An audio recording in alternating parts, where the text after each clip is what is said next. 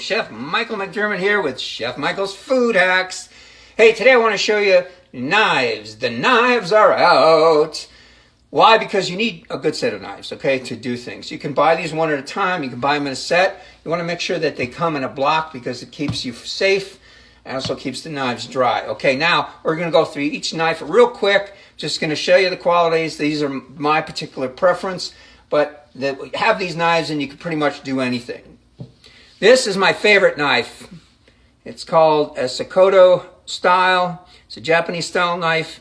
It's got bevels on the side. It's really super sharp. It's got a wooden handle. Now also with these knives, you never want to put them in the dishwasher and you don't want to immerse them when you're washing them. You want to wash them right away, dry them off, and put them back in the block. Next is a chef's knife. This is a 10-inch chef's knife. It's called a utility knife. You can use it just about anything, cutting vegetables, meats, etc. Next is a slicer. Anyway, I use this to cut salmon. I use it to fillet fish. It's a all-around great knife. Gotta have this. This is a serrated knife. It's for cutting bread or anything that calls for a serrated knife.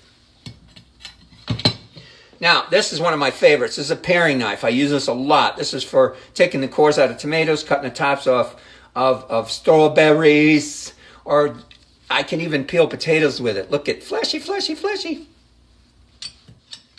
Now, some meat fork. Now, I use this for holding down, like Thanksgiving's coming, you're going to stab it into the turkey so you can slice and hold the meat without, cutting yourself. This is what's called a steel. Now, this misnomer is a steel is not for sharpening. It is for bringing up the edge on a knife, okay?